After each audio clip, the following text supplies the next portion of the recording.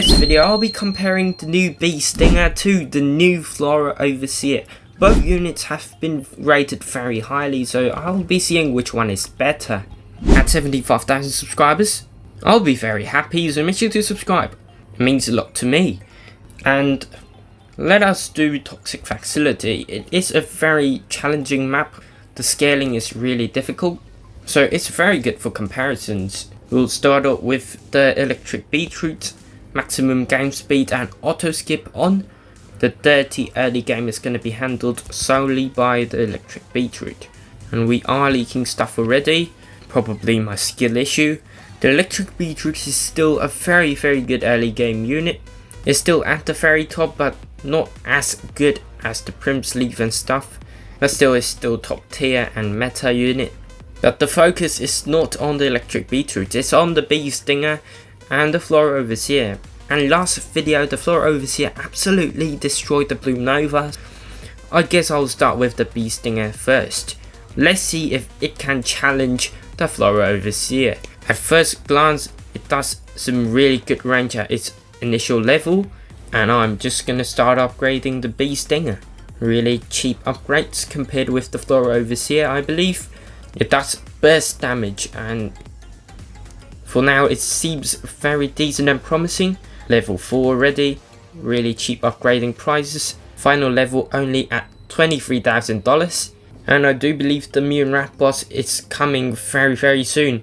It's at wave 20. I'm gonna sell the Electric Beetroot and see how the Bee Stinger does. Max level Bee Stinger against the mutant rat boss, it killed it really quickly. This unit is perhaps game changing. For now I think it's like the Petal Ray, it has the same initial placement cost, $2,500, just like the Petal Ray.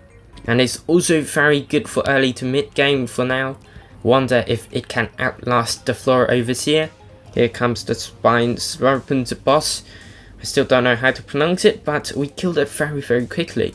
I'm not sure if it can finally beat the Flora Overseer. Oh, we can place only 3 of them, then that is a really great disadvantage. You can place down 5 Petal Rays, but why can't you place down 5 Bee Stingers? It's just not fair. In comparing the stats, apparently, the Flora Overseer has a slightly larger range compared to the Bee Stinger, and the DPS of the Bee Stinger is a slightly lower. But still, who knows, the stats might be incorrect. In talking about the appearance, it does look like the Bee Stinger does look like the Beehive a little bit, the yellow body. But of course the Beehive is way better, there's no doubt. I'll perhaps sell the Electric Beetroot at the back as well. It's now completely the Bee Stinger's job to hold off all of the enemies. I wonder if the Flora Overseer will destroy the Bee Stinger, just like how it treated the Blue Nova last time. If you have watched my last video, if you haven't, watch it. Not now, after this video of course. And so far we're just one camping most of the enemies and the bosses as well. Bee Stinger is doing a very good job. Here comes the Mantis and we cooked them pretty much. I wonder if the Bee Stinger can outlast the Flora Overseer. Toxic Facility is really a very challenging map, especially for Endless. The scaling is really fast. It gets difficult very quickly. Talking about the Bee Stinger, you need like 200 wins in PvP to get it. I don't think it's worth it when I am seeing this. The Petal Ray can do a similar job, and who needs a unit that does only like 300 DPS, 3000 DPS when you have the Flora Overseer? Honestly, the price is actually very cheap, but is it worth the final product? I don't really think so. But of course we'll have to see how far it can go before I make some more of these judgmental comments, of course. And at wave 49, and it should be very tough at wave 50. And here comes a bunch of enemies, and I think we're gonna leak them completely. Yes we are, and I think we're gonna lose at wave 51.